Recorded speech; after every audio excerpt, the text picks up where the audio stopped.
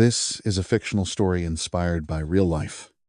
Alexander Montgomery was supposed to remain in London for at least 3 more weeks, finalizing the most significant acquisition in the history of his international hotel empire. However, a heavy, inexplicable weight had been pressing against his chest for days, a dull discomfort that felt like an invisible hand tightening around his heart every time he thought of his home in Chicago. Without informing his assistants or his legal team, he abruptly canceled his remaining meetings, packed his leather suitcases, and boarded the first available flight back to the United States. He wanted to surprise Rebecca, his wife, and prove to her that the man she had married nearly 2 decades ago still existed beneath the custom-tailored suits and the relentless, exhausting schedules. He wanted to see Victoria, his only daughter, and tell her that this time he would stay longer, that this time he would truly be present for her graduation and beyond. The city of Chicago greeted him with a biting wind and a gray sky, but Alexander felt a flicker of warmth as he bypassed his usual private car service. He opted for a standard taxi, wanting to arrive at his Lake Forest estate, like the leading men in the old films his mother used to love, with flowers in one hand and his heart in the other. He directed the driver to stop at a high-end florist on Michigan Avenue, where he purchased a magnificent, overflowing bouquet of pink and white roses, interspersed with delicate baby's breath. These were the exact same flowers he had given Rebecca on the night he proposed to her in a small bistro in Paris, and he realized with a sharp pang of guilt that he hadn't bought her a single bloom in over 5 years. As the taxi wound its way toward the affluent northern suburbs, Alexander stared out the window, mentally cataloging the cracks in his life that he had ignored for far too long. He remembered the dinners that had grown increasingly silent, the way Victoria's voice sounded hollow over the phone, and the perfect, practiced smiles Rebecca wore at charity galas, smiles that vanished the moment the heavy oak doors of their mansion closed behind them. Something had been fracturing for a long time, and while he was busy building glass towers on other continents, he had failed to notice that his own foundation was crumbling into dust. When the taxi finally slowed down a block away from his iron-wrought gates, Alexander noticed something entirely unexpected that made his pulse quicken. Every light in the grand ballroom was ablaze, casting a golden glow onto the manicured lawn, and a long line of luxury vehicles was parked along the circular driveway. The elegant strains of a live-string quartet floated through the evening air, punctuated by the rhythmic clinking of crystal glasses and the distant, muffled sound of refined laughter. It was a party, a celebration of some kind, and yet no one had seen fit to inform him of its existence. Alexander frowned, his brow furrowing in confusion as he realized Rebecca hadn't mentioned a single word about an event during their brief nightly check-in calls. "Just drop me here," he told the driver, handing him a $50 bill and telling him to keep the change. He stepped out into the cool air, clutching his suitcase and the massive bouquet, and began walking toward the service entrance at the rear of the property. He didn't want to be announced by the security detail at the front gate, nor did he want to deal with the inevitable questions from socialites. He wanted to enter his own home through the back door, the way the staff did, so he could see the reality of his household with his own eyes before he stepped into the spotlight of the ballroom. The air in the garden smelled of damp earth and blooming jasmine, a scent that usually brought him peace, but tonight felt heavy with the weight of a hidden secret. Alexander used his private key to unlock the small wooden door that led to the kitchen corridor, a narrow passage that connected the functional heart of the house to the opulence of the main hall. The hallway was dimly lit, and from the other side of the house, he could hear the murmur of sophisticated voices and the sound of polite applause. He moved like a shadow, the roses still clutched in his hand, feeling like a stranger or a ghost haunting the corridors of his own life. Suddenly, a figure appeared at the end of the hall, carrying a silver tray laden with empty champagne flutes. It was Maria, a woman who had been the head housekeeper of the Montgomery estate for over 15 years, a silent witness to the family's rise and their quiet internal decay. When she saw Alexander standing there in the shadows, Her eyes widened in absolute shock, and the tray in her hands began to tremble violently. A single flute slipped from the silver surface, shattering against the polished marble floor with a sharp, echoing crack. Alexander opened his mouth to apologize and reassure her, but before he could utter a single syllable, Maria set the tray down on a side table with frantic haste. She crossed the distance between them in 3 quick steps and pressed her hand firmly over his mouth, her breathing ragged and her eyes filled with a terror he had never seen in her before. "Silence, sir," she whispered, her voice cracking with an urgency that sent a chill down his spine. "For the love of God, do not speak and do not make another sound." Never in all the years she had worked for him had she ever dared to touch him, let alone speak with such desperate authority. Alexander stared at her, his heart hammering against his ribs as he realized that Maria wasn't just surprised. She was protecting a secret that was on the verge of exploding. "Maria, what is happening?" He mouthed against her palm, but she only shook her head, tears welling in her eyes as she pulled him further into the darkness of the service pantry. "You must come with me right now, before it is too late," she implored him, her voice a mere thread of sound. "You need to see this with your own eyes, because if I were to tell you, you would never believe a word I say." There was something in the way her voice broke between the syllables that told Alexander this wasn't a minor domestic dispute or a simple misunderstanding. It was something deep, something that had been festering under the surface of his luxury for years, and tonight was the night the rot would finally be exposed. "Lead the way," he whispered back, his throat feeling as dry as parchment as he followed her toward the hidden staircase used by the staff. They climbed the narrow wooden stairs that were tucked away behind the pantry door, the old steps groaning softly under the weight of their footsteps. Alexander felt the roses in his hand beginning to wilt, the petals bruising against his knuckles as he gripped them tighter. Maria stopped at the second floor, in the west wing of the mansion where Victoria's bedroom was located. She paused in front of the heavy mahogany door, which was standing slightly ajar, and turned to look at Alexander with an expression of profound sorrow. "Enter. Very carefully, sir," she cautioned him. "Do not make a sound, and do not let her see you just yet. You must simply look and understand what has become of this house while you were away." Alexander pushed the door open with the tips of his fingers, moving it just a few inches so he could see into the room. What he witnessed inside felt like a physical blow that tore the very air from his lungs. His daughter, the girl he had held in his arms the day she was born, was sitting on the floor in the center of the room, hugging her knees to her chest. She wasn't just crying.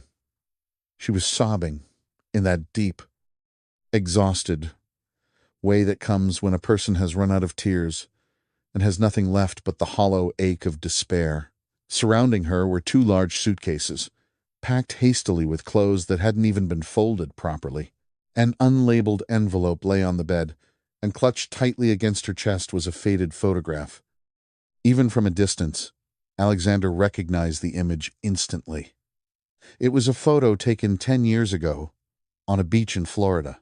In the picture, a younger, happier Alexander was carrying a laughing Victoria on his shoulders, both of them unaware that the future would turn them into strangers living under the same roof. Victoria was leaving. She was running away on the very night her mother was hosting a lavish party downstairs. The bouquet of roses slipped from Alexander's fingers and hit the carpet without a sound, the petals scattering like drops of blood across the floor. He realized in that moment that all his wealth hadn't been enough to buy a single ounce of his daughter's happiness. "Sir," Maria whispered from behind him, her voice thick with emotion, "you must read the letter she left on the bed. I saw her writing it this afternoon while I was cleaning the guest rooms, and that is why I tried to call your office in London so many times." Alexander's legs felt weak, as if the bones had turned to water. He stepped into the room, staying in the shadows where Victoria couldn't see him, and reached for the envelope. His hands were shaking so violently that he nearly tore the paper as he pulled out the single sheet of stationery. The handwriting was unmistakably Victoria's, round and youthful, but carrying a gravity that belonged to someone much older. "Dad," the letter began, By the time you read this, I will be gone. Please don't look for me, and please don't call. Just let me go." Alexander felt a lump form in his throat as he continued to read the heartbreaking words of a daughter who felt entirely invisible.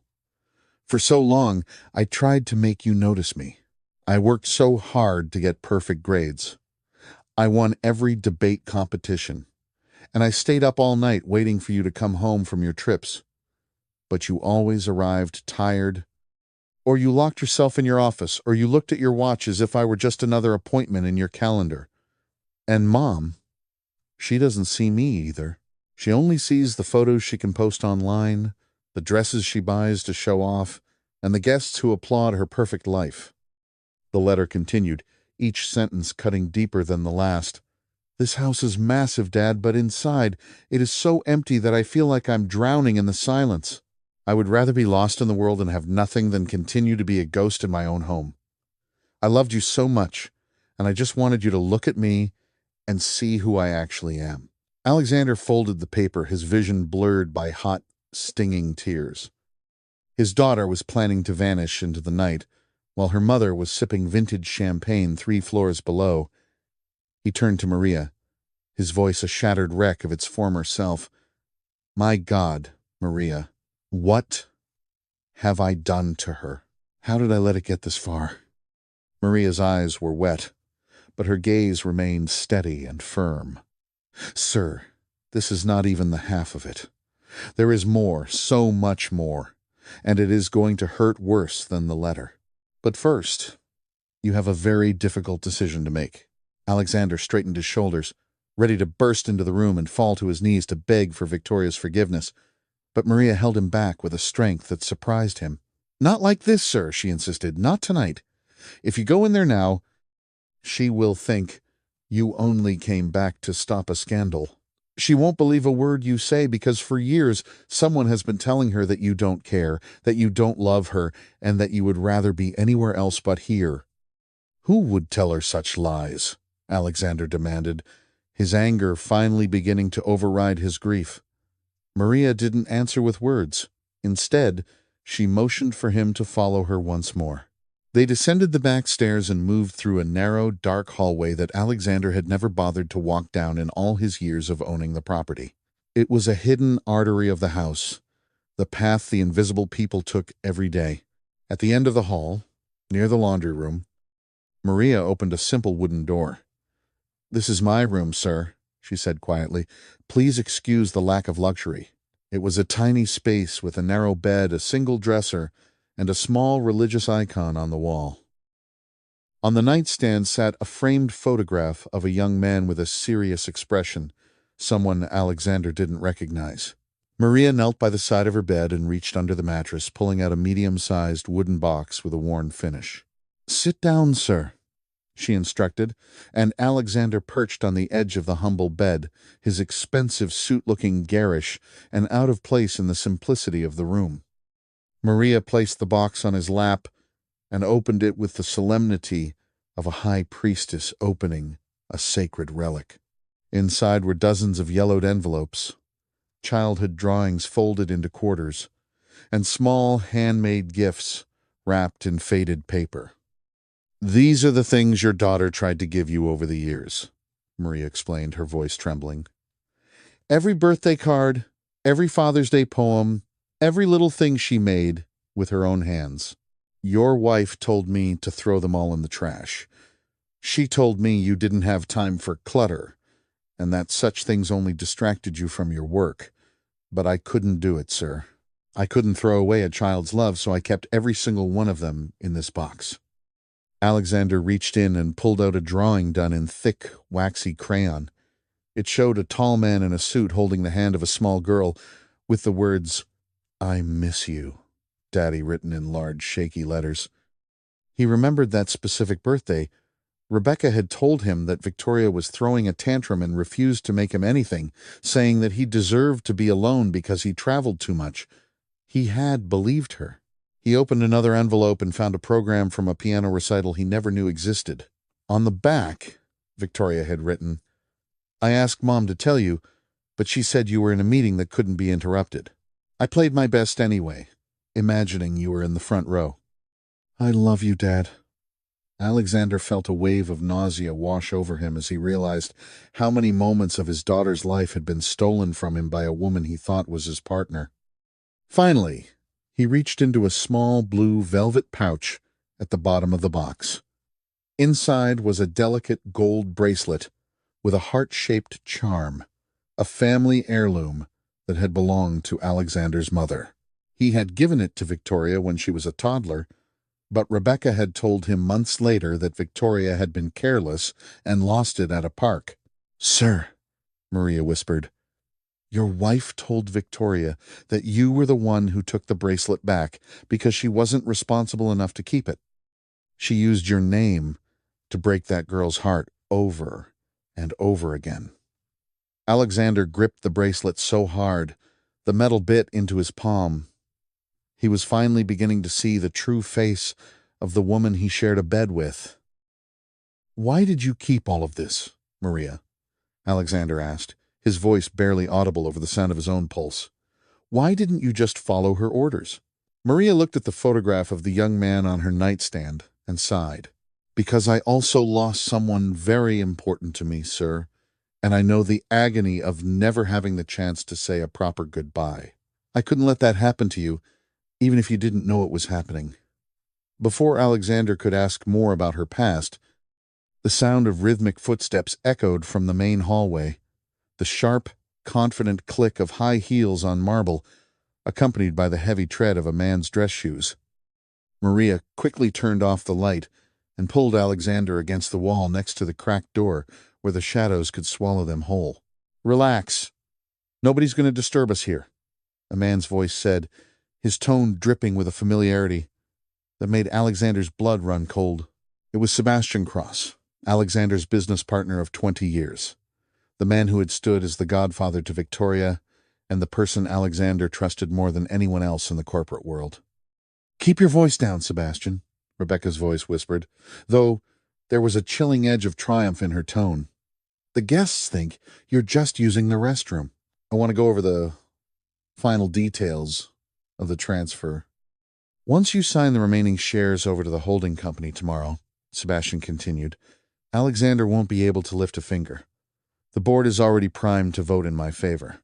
It's simple math, really. He's too busy playing king of the hotels in London to realize his own kingdom has been sold out from under him." Rebecca laughed softly, a sound that Alexander had never heard before. It was cold, calculating, and entirely devoid of the warmth she performed for the cameras. "And the girl?" she asked. "I don't want any drama with Victoria. She's always been his weak spot, and I need her out of the way before he gets back." "Don't worry about the girl," Sebastian replied with a sneer. "Once Alexander loses the company, he'll be a broken man. A man with no assets and an unstable emotional state isn't in any position to fight for custody. She'll stay with you, which means she stays under my influence. In time, she'll do exactly what we tell her to do." The two of them moved away, their voices fading as they returned to the party, leaving Alexander standing in the dark with the ruins of his life scattered around his feet. It wasn't just his money they were stealing. They were planning to dismantle his very existence and use his daughter as a pawn in their final play. Alexander moved with a cold, calculated precision he hadn't felt in years. He led Maria back to his private study, a room protected by a biometric lock that only his fingerprint could open. Inside, he bypassed the obvious documents on his desk and went straight to the heavy safe hidden behind an original oil painting of the Chicago skyline. He punched in a code he had never shared with Rebecca and pulled out 3 thick manila folders that he had been secretly compiling for months. Ironically, because he had suspected a leak in his London office, never imagining the leak was in his own home. The first folder contained a trail of digital breadcrumbs showing that Rebecca had been slowly siphoning funds into an offshore account for nearly 3 years. The second folder was even more damning. It contained a draft of a custody petition prepared by Sebastian's law firm alleging that Alexander was an absentee father with severe psychological issues. But it was the third folder that made Alexander's knees buckle. It contained forged psychiatric reports for Victoria, describing her as emotionally unstable and suicidal, documents clearly designed to have her committed to a private facility the moment she tried to leave or speak out. They weren't just neglecting her, they were building a cage for her.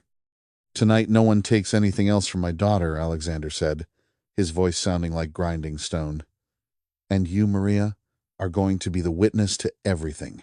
As they stepped back into the hallway, a small, trembling voice came from the shadows near the stairs. "Maria? Who are you talking to?" Victoria was standing there, her coat on and her backpack slung over her shoulder, ready to walk out into the night and never look back. When she saw her father standing there, holding the wooden box and the legal folders, she froze, her eyes wide with a mixture of fear and confusion. "Dad? What are you doing here? You're supposed to be in England." "I came back for you, Victoria," he said, stepping toward her. She flinched, a reaction that broke his heart more than any of the documents in his hand. "No, you never come back for me," she cried, her voice rising in a rare moment of defiance. "You only come back for the house, or the business, or the image of being a perfect family." Alexander didn't argue. Instead, he sat on the stairs and opened the wooden box, spreading the drawings and letters out on the steps between them. "I never saw these, Victoria. Your mother told me you threw them away. She told me you hated me, and she told you that I didn't care. We have both been living in a house of lies." Victoria knelt on the stairs, her fingers tracing the waxy lines of the drawing she had made when she was 7. "I thought you hated me," she whispered, a single tear falling onto the paper. "She told me you called her from London and said you didn't want to come to my graduation because you were embarrassed by my grades." Alexander pulled her into his arms, and this time she didn't pull away. They sat there for a long time, the billionaire and the runaway, finding each other in the wreckage, created by the people they had trusted most. "We have to leave," Alexander said firmly. "We have to leave now, before they realize I'm here." They were joined in the hallway by Harold, the elderly butler who had served the Montgomery family for 3 generations. He had been standing guard at the end of the corridor, his face a mask of stoic resolve. "The car's ready at the east gate, sir," Harold whispered. "I've taken the liberty of disabling the GPS tracking on the SUV and prepared a bag with the essentials. Your wife is currently occupied with a toast in the ballroom. You have approximately 10 minutes before she begins looking for Victoria to play the part of the happy daughter for the photographers." Alexander looked at the man who had been a silent fixture in his life since he was a boy. "Thank you, Harold. Will you be all right?" "I've lived through 3 recessions and 2 divorces in this house, sir," Harold replied, with a faint, knowing smile. "I believe I can handle one more scandal. Now go, before the vultures realize the lion has returned to the den." They slipped out through the laundry room, Maria clutching her small bag and Victoria holding the wooden box as if it were made of solid gold. They piled into a nondescript sedan that Harold had parked in the shadows of the guest house. As they drove away from the estate, Alexander looked back at the glowing windows of the ballroom, where the people who had tried to destroy his family were still laughing and drinking his finest wine. They drove in silence for 30 minutes, heading toward a small, secure apartment. Alexander kept in the city, a place Rebecca didn't even know existed. As they crossed the bridge into the heart of Chicago, Maria turned to Alexander from the front seat. "Sir, there is one more thing you need to know. Harold told me to tell you when we were safe. He said you would find a name in Victoria's journal, a name that appears more than once." Alexander looked at his daughter, who was leaning her head against the window, her eyes closed. "What name, Maria?" he asked quietly. Maria took a deep breath. "The name is Ethan. He is my son, and he is the reason I knew the full extent of the danger Victoria was in." Alexander's mind raced as he tried to connect the pieces. "Your son? How does he know Victoria?" Maria explained that Ethan was a medical student who worked part-time as a delivery driver to pay for his books. He and Victoria had met at a small library in the city months ago, neither of them knowing who the other truly was. They had fallen in love with the versions of themselves that didn't have titles or bank accounts. It was Ethan who had overheard a conversation between Sebastian and a corrupt lawyer at a high-end restaurant where he was making a delivery, and it was Ethan who had alerted his mother that something terrible was being planned for the Montgomery girl. "My son loves your daughter, sir," Maria said with a touch of pride. "And he is the one who has been keeping her sane during these last few months. He was waiting for her tonight at the bus station to take her somewhere safe." Alexander felt a strange sense of peace wash over him. In a world of treachery and greed, his daughter had found the one thing he had failed to provide: someone who saw her for exactly who she was. When they arrived at the apartment, Alexander immediately called a trusted attorney and a private investigator. By dawn, the evidence in the manila folders had been digitized and sent to the district attorney's office. The fallout was swift and devastating for those who had conspired against them. Sebastian Cross was arrested at the airport the following afternoon, caught with a suitcase full of bearer bonds and a one-way ticket to a non-extradition country.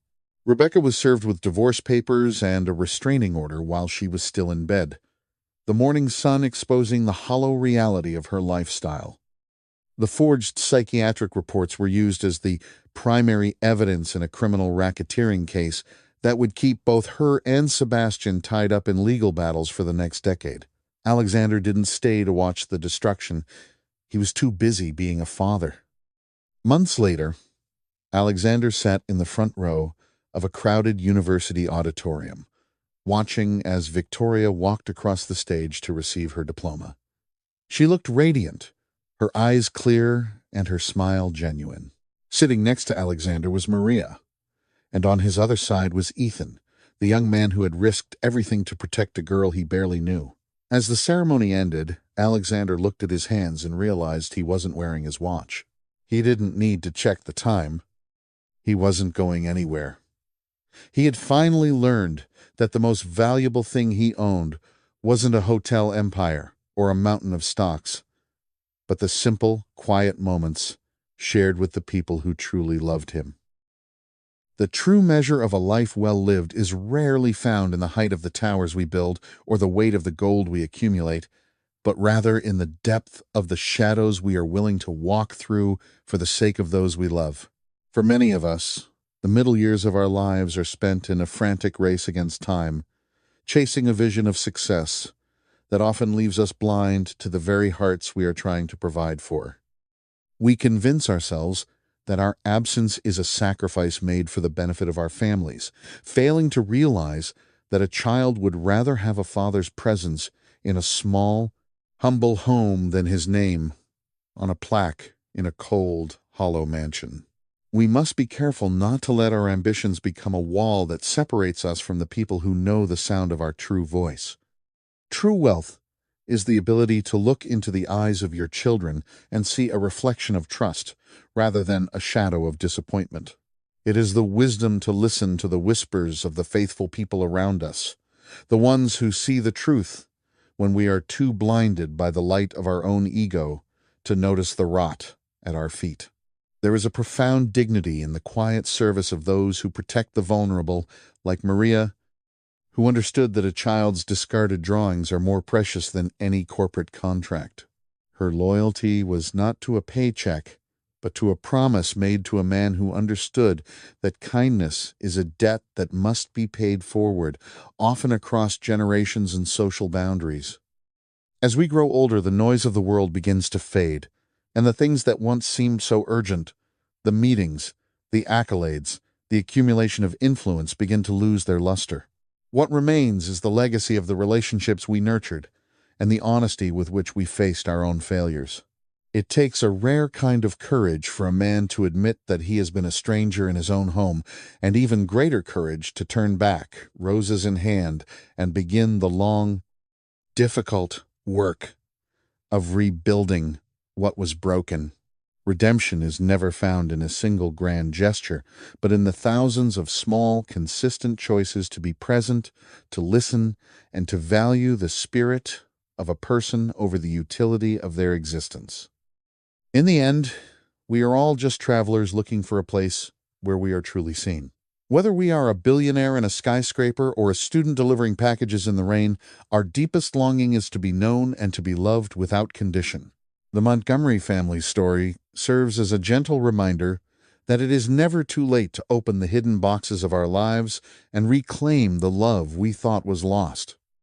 Let us not wait for a crisis to realize that the most important business we will ever conduct is the business of the heart, and the most valuable asset we will ever hold is the hand of someone who knows our faults and loves us anyway. True success is coming home and finding that the lights are on, not for a party of strangers, but for the family that has been waiting for us to finally, truly arrive.